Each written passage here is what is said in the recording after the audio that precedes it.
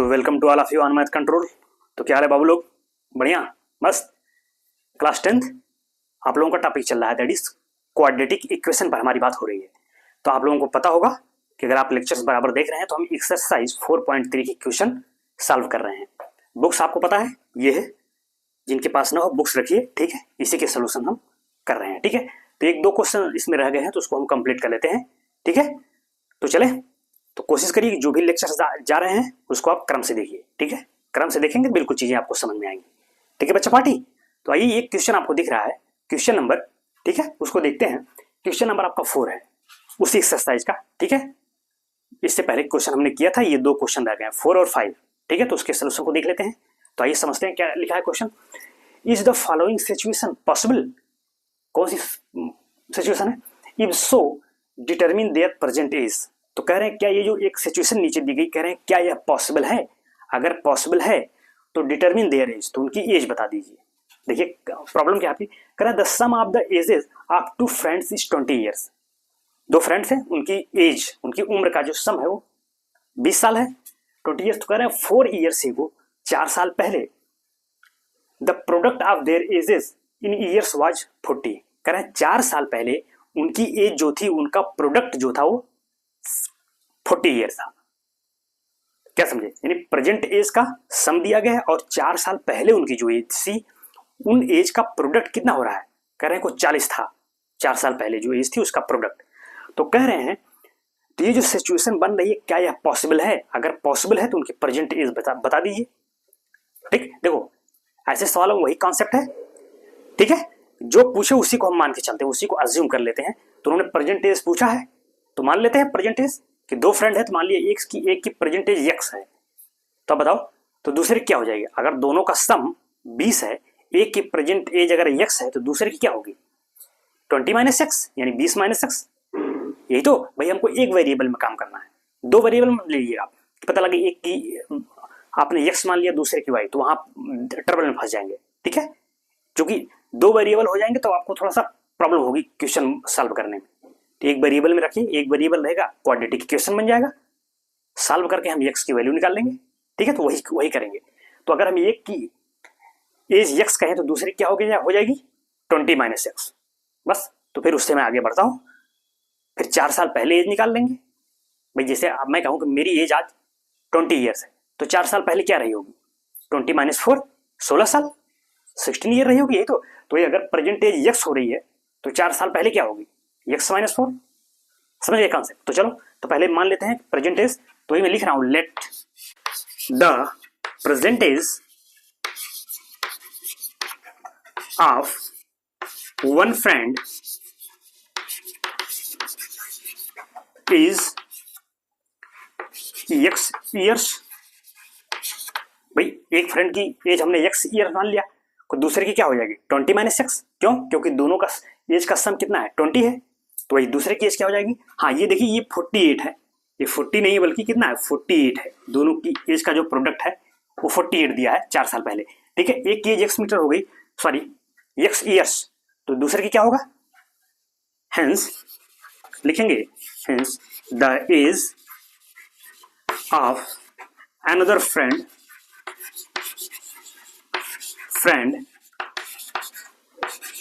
Will be. तो दूसरे की एज क्या हो जाएगी भाई? अब बताओ 20 - x, इतना ईयर्स होगा भाई। चूंकि उन्होंने ईयर्स में ही कहा तो मैं ईयर्स में ही रखा हूं भाई। एज है तो ईयर्स में, तो x ईयर्स पहले की है तो दूसरे कितना हो जाएगा 20 - x। भाई उन्होंने कहा था ना कि दोनों की एज का सम कितना है 20 है। तो अब इन दोनों का सम करके देखिए, x से कैंसिल आउट हो जाएगा, 20 बचेगा। वही तो, बस वही चीज होगी। अब चलो, अब उन्होंने क्या कहा कि 4 साल पहले दोनों की एज जो थी, उनका प्रोडक्ट कितना था 48। तो पहले 4 साल एज पहले उनकी एज निकाल लें, तो वही कम। तो 4 साल पहले एज का मतलब क्या? दोनों में से 4 माइनस हो जाएगा, 4 विल बी माइनस। तो अब लिखेंगे the ages of both the friends before 4 years. भाई 4 साल पहले दोनों की एज क्या हो जाएगी? तो दूसरे की x - 4, सॉरी पहले की, और दूसरे क्या हो जाएगा 20 - x है, इसमें से -4 कर दीजिए, ये हो जाएगा x - 4 और दूसरे की क्या हो जाएगी, इसमें करिए तो ये 16 माइनस एक्स हो गया। तो 4 साल पहले दोनों की एज मिल गई आपको। और उन्होंने कहा क्या है, ये कहा ना 4 years ago the product of their age is 48। तो 4 साल पहले ये एज मिला दोनों का, तो उनका प्रोडक्ट कितना था 48। इन दोनों का प्रोडक्ट करके 48 के बराबर कर देते हैं। तो लिखेंगे according to the question, according to the question. तो क्या था भाई, x माइनस 4 और 16 माइनस 4 दैट इज कितना हो रहा है आपका 48। बस सिंप्लीफाई कर लीजिए इसको, ये हो जाएगा आपका 16x, ये माइनस एक्स स्क्वायर, ये माइनस 64 हो जाएगा, और ये आपका प्लस एक्स स्क्वायर, सॉरी हाँ माइनस 4x होगा, माइनस नहीं प्लस हो जाएगा, प्लस 4x इक्वल टू 48। देखिए ये माइनस माइनस है तो प्लस हो जाएगा। अब थोड़ा सिंप्लीफाई कर लेते हैं, अगर इसको हम आगे करते हैं यहाँ पे तो देखो माइनस एक्स स्क्वायर का टर्म पहले लिख लेते हैं, सजा के लिख दीजिए। 16 4 हो जाए 20, तो 20x हो गया, और ये माइनस 64 है, इसको इधर लेते आइए, तो माइनस 64 माइनस 48 इक्वल टू 0, और ये हो जाएगा आपका तो माइनस 20x, और ये माइनस कितना हो जाएगा आप 112 हो जाएगा। देखिए भाई 8 4 12 हो गया, 1 10 और 11 112 हो गया। तो आप आपका इक्वेशन अगर इसमें ऐसा करो, माइनस ये प्लस था, माइनस से मल्टीप्लाई करोगे तो एक्स स्क्वायर माइनस 20x और प्लस आपका कितना 112 है ना इक्वल टू 0। ये इक्वेशन आपका बना, ठीक। तो अब देखिए उन्होंने क्या कहा है, कह रहे हैं क्या यह पॉसिबल है कि नहीं। तो बताओ पॉसिबल कब होगा, कि जब हमें x मिल जाए, भाई x की वैल्यू मिल जाए। जब x मिल जाएगा तो x ही क्या है, उनकी एज है, पहले की एज x है, तो जब पहले की मिल जाएगी दूसरे की मिल जाएगी 20 माइनस एक्स करके। इसका मतलब अगर x की वैल्यू मिल जाए तो हम कह देंगे कि भाई ऐसी सिचुएशन पॉसिबल है। x मिलने का मतलब क्या हुआ, इस क्वाड्रेटिक इक्वेशन के रूट्स मिल जाए, यानी रूट्स रियल मिल जाए। भाई रूट्स जो होंगे वही तो x है, भाई x क्या है, इसका रूट ही तो है। तो अगर वही हम चेक करेंगे, अगर इस क्वाड्रेटिक इक्वेशन के रियल रूट्स मिल रहे हैं, यानी x की वैल्यू मिल रही है, तो हम कह देंगे हाँ भाई ऐसी सिचुएशन पॉसिबल है। नहीं मिलेगी तो कह देंगे नहीं है, समझ गए। तो बस, तो अब रियल रूट्स कैसे चेक करेंगे, उसके लिए तो हम डिस्क्रिमिनेंट निकालेंगे। तो ऐसा करिए, पहले आप इसको इतना नोट कर लीजिए, फिर मैं आगे काम करता हूँ, ठीक। तो राइट डाउन लिख लीजिए इसको, फिर इसका डिस्क्रिमिनेंट निकालेंगे, फिर वहां से पता लगेगा। तो राइट डाउन लिख लो इसका पहले, सिंपल क्वेश्चन है। जैसे एग्जाम्पल थे इस प्रकार के, कई आप एग्जाम्पल भी हमने कराया है, या इससे पहले एक सवाल भी कराया है, अगर आप देखे होंगे तो आपको आइडिया होगा, बिल्कुल वैसा ही सवाल है, ठीक है। जैसे एक नहीं था उसमें कि क्या फ्लैग्स वगैरह लगाना था, कि पॉसिबल था कि नहीं, बिल्कुल वैसा ही है। लिख लीजिए इसको, ठीक है। तो हटा रहा हूं,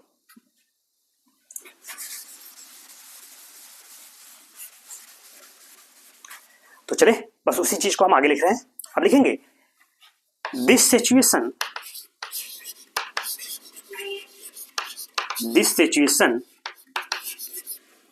will be possible if this quadratic equation has real roots। भाई हम यही तो चेक करेंगे कि ये सिचुएशन बनेगी कब, जब इसके रियल रूट्स मिल जाए। तो अब रियल रूट चेक करिए, तो अब लिखेंगे for this let us consider its discriminant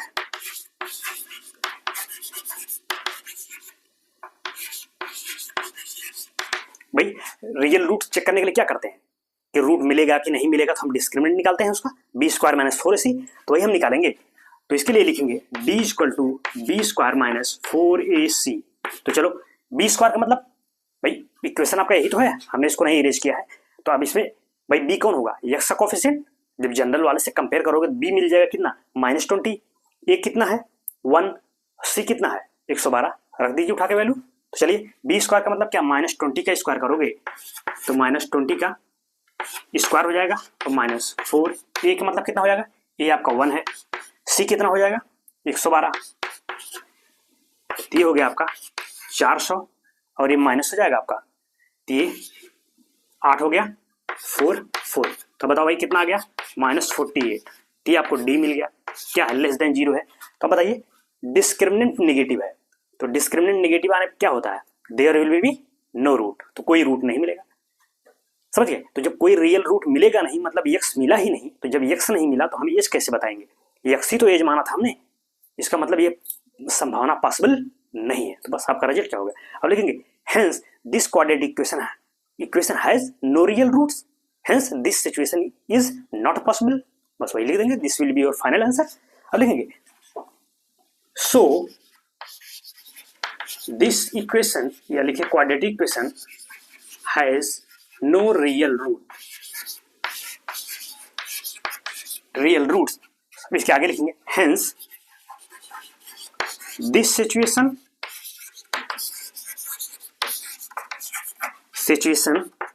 is not possible. ठीक, इसको आपने लिखे, ये तो इक्वेशन हमने मिटाया नहीं था, इसको रहने दिया था, तो आपका यहां तक नोट कर लीजिए, आपका फाइनल जवाब हो गया। भाई उन्होंने पूछा था अगर रियल रूट्स मिल जाते तो हम कह देते भाई जब रूट्स मिलता मतलब क्या, एक्स की वैल्यू मिल जाती है, और जब एक्स की वैल्यू मिल जाती तब तो एज दोनों को मिल ही जाती, तब व्यवस्था बनती।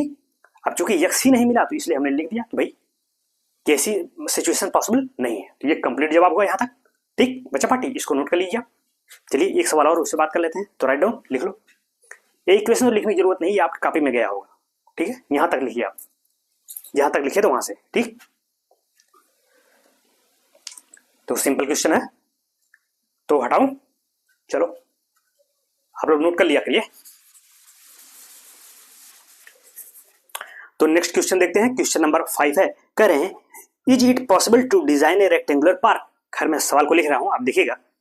क्वेश्चन नंबर 5 है, कह रहे हैं is it possible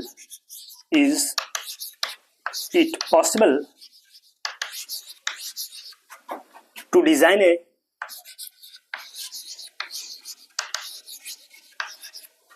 rectangular park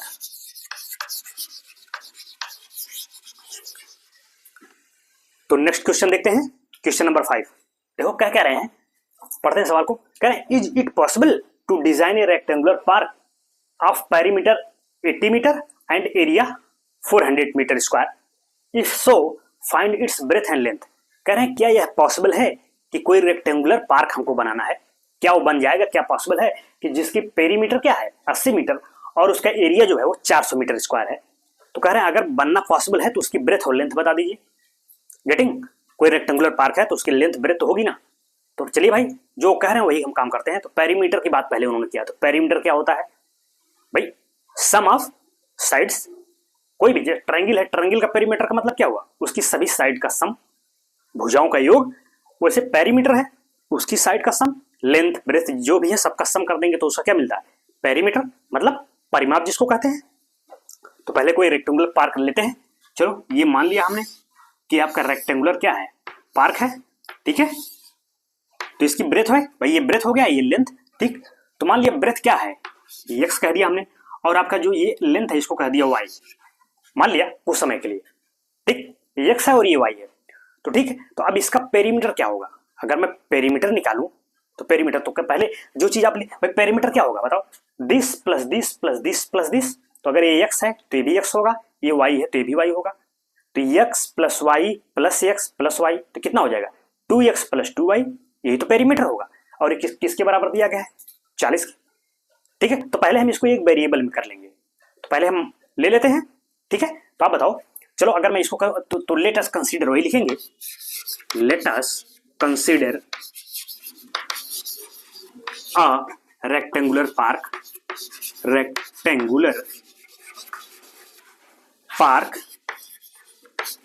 of breadth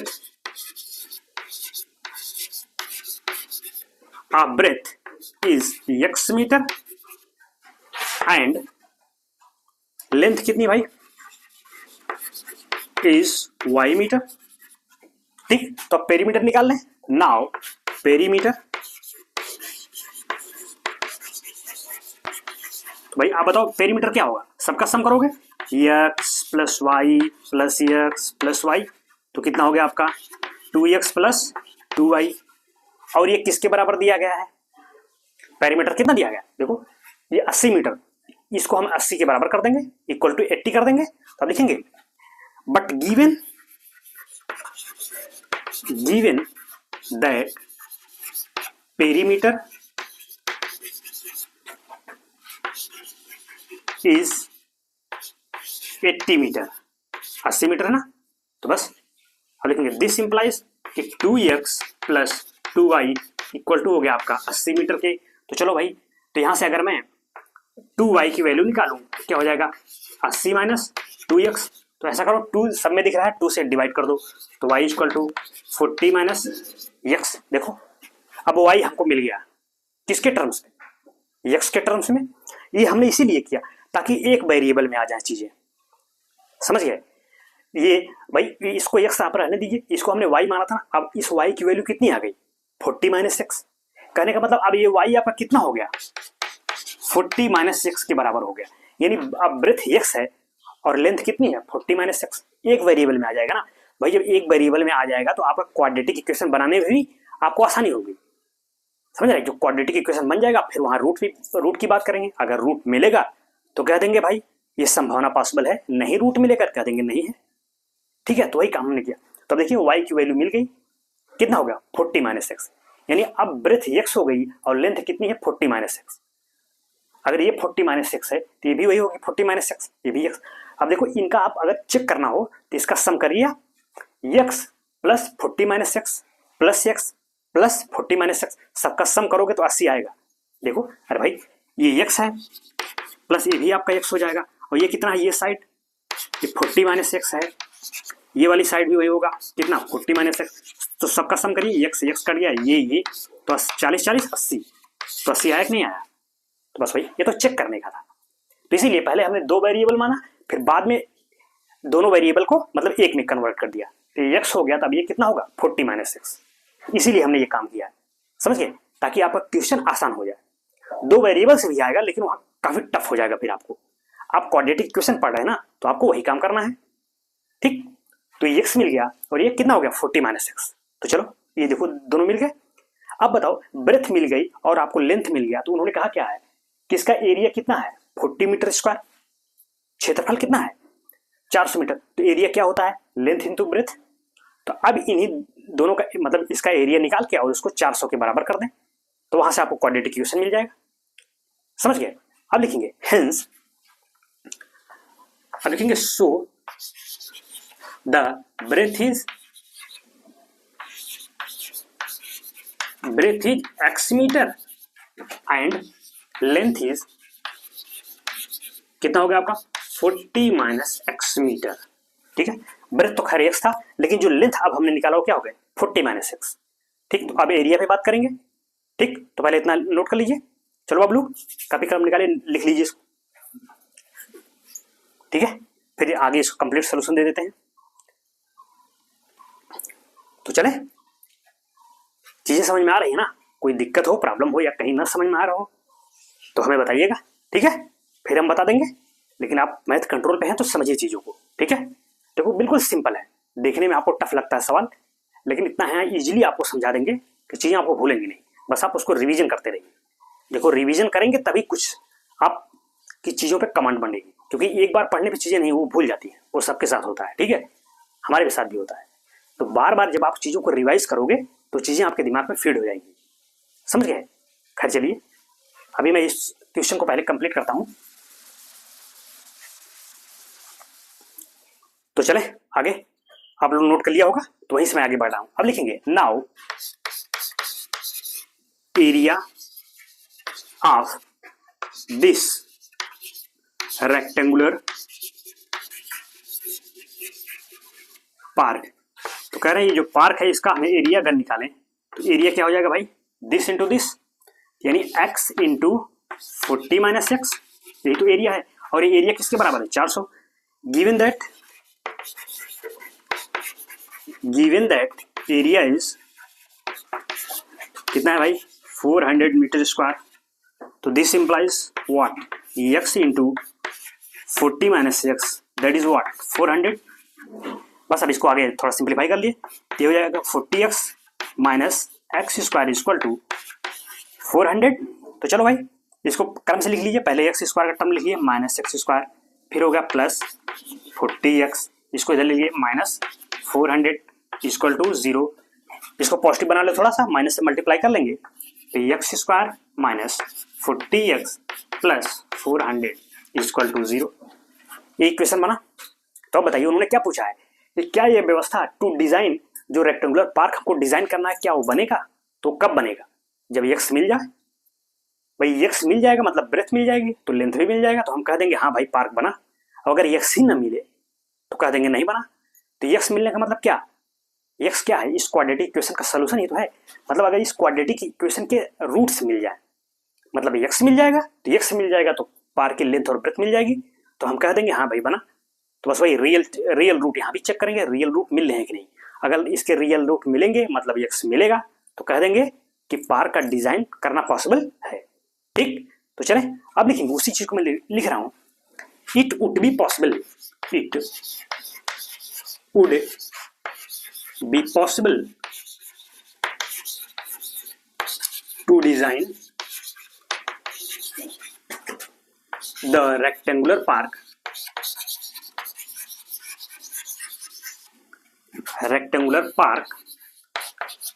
if this equation has real root। भाई वही कह रहा हूं, ये व्यवस्था या एक पार्क बनाना पॉसिबल तभी होगा कि जब ये इक्वेशन क्या रखे, एक रियल रूट रखे। तब उसके लिए क्या करेंगे, वही डिस्क्रिमिनेंट कंसीडर करेंगे। तो अब आगे मैं अगर यहां लिखूं इसके आगे तो फॉर दिस लिखेंगे, for this let us consider the discriminant. तो भाई डिस्क्रिमिनेंट निकालेंगे। तो चलिए पहले यहां तक आप नोट करो, फिर आगे मैं बात करता हूं। ठीक है, मुझे स्पेस चाहिए ना, तो यहां तक आप ये यहां से यहां तक आइए, फिर आगे बात करते हैं। तो लिख लीजिए इसको। ठीक है, जहां तक लिखे तो वहां से आगे लिखिए। ठीक, फिर अब डिस्क्रिमिनेंट निकालेंगे बी स्क्वायर माइनस 4ac। तो वहां से दिख जाएगा आपको रूट मिलेगा रहा है कि नहीं, मिलेगा तो कह देंगे हाँ भाई ठीक है डिजाइन होगा पार्क का। तो चले हटा रहे हैं अब इसको।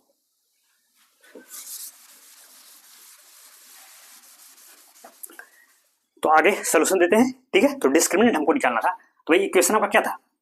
इक्वेशन यही तो था आपका, एक्स स्क्वायर माइनस 40x और प्लस 400 इक्वल टू 0। तो अब हमको डिस्क्रिमिनेंट निकालना है तो लिखेंगे, इसलिए डिस्क्रिमिनेंट तो डी क्या हो जाएगा भाई, बी स्क्वायर माइनस 4ac। तो बी स्क्वायर, तो भाई बी क्या होगा, एक्स का कोफिशिएंट माइनस 40, ये कितना होगा 1 एक्स स्क्वायर का कोफिशिएंट, और सी क्या होगा कांस्टेंट टर्म 400। तो वैल्यू पुट करके फाइंड आउट करिए। तो ये हो जाएगा माइनस 40 का स्क्वायर माइनस 4, ये मतलब 1, सी कितना हुआ 400। ये हो गया आपका 1600 और ये माइनस ये भी हो गया 1600। तो बताओ डिस्क्रिमिनेंट आपका 0 आ गया। तो बताओ, तो डिस्क्रिमिनेंट 0 आ गया तो मतलब क्या है, रियल रूट तो होंगे ही लेकिन क्या होंगे, इक्वल होंगे, यानी दोनों रूट्स इक्वल मिल गए। ठीक, तो अब लिखेंगे हेंस, लिखेंगे हेंस ना लिखिए, यहां लिखिए here we find so the roots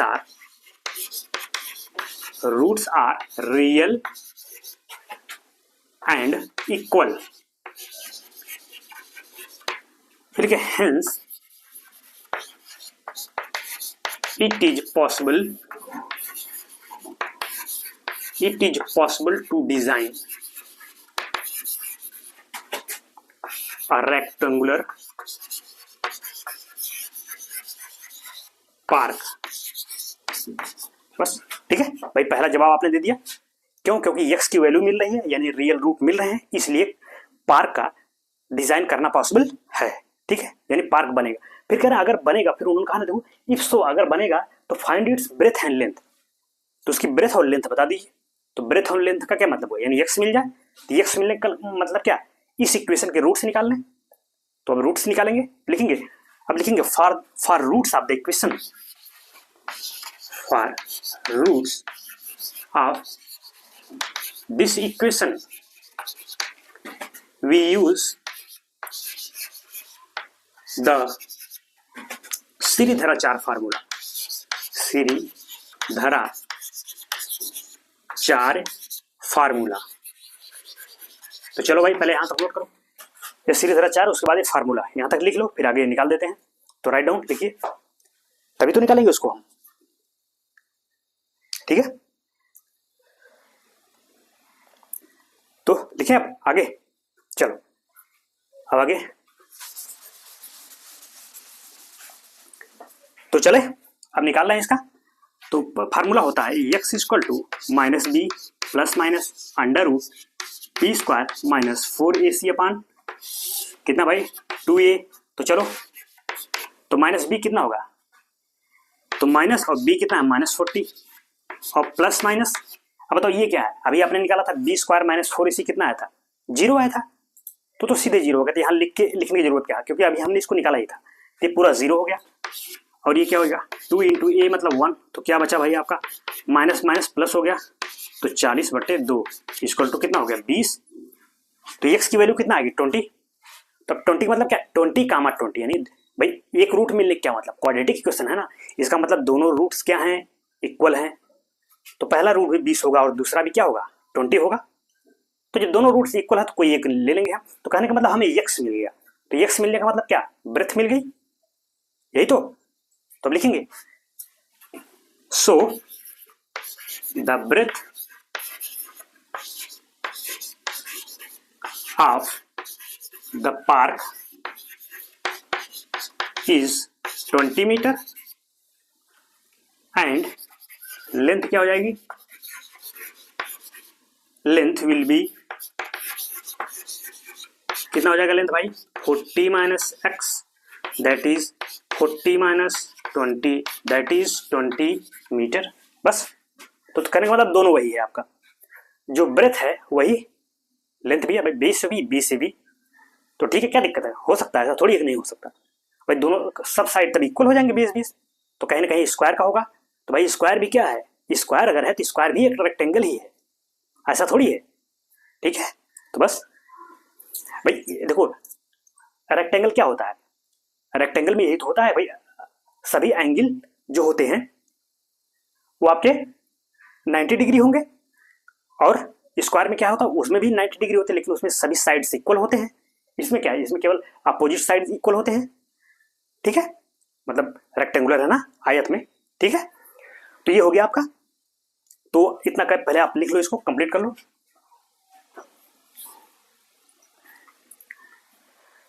ठीक है, तो दिस इज द कंप्लीट आपका सोल्यूशन था, ठीक है। तो एक्सरसाइज 4.3 कंप्लीटेड, ठीक है, समझ गए। तो ये है, तो देखो ये रेक्टेंगल है, तो चूंकि अब दोनों साइड इक्वल आ रहे हैं तो उससे हमें कोई दिक्कत नहीं है। तो आप कहोगे स्क्वायर बन गया, तो कोई बात नहीं, स्क्वायर भी हम रेक्टेंगल कह सकते हैं, ठीक है। बस भाई जब साइड से इक्वल हो गया तो स्क्वायर बन गया, उसका एक विशेष नाम हो गया। तो क्या वो रेक्टेंगल नहीं है, क्या कह सकते हैं, कोई दिक्कत नहीं है, ठीक है।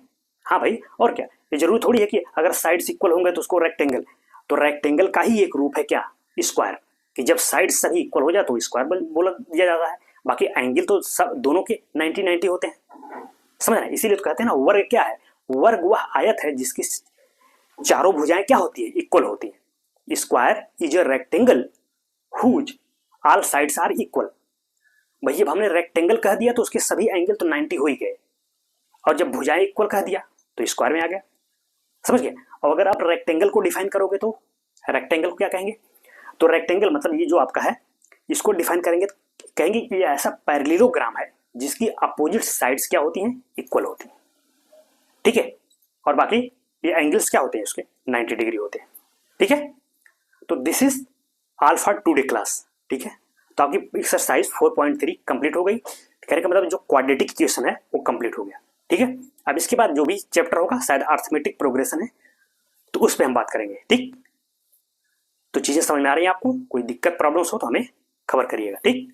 तो चलो फिर आज के लिए इतना रखते हैं, तब तक के लिए thank you so much, thanks for watching.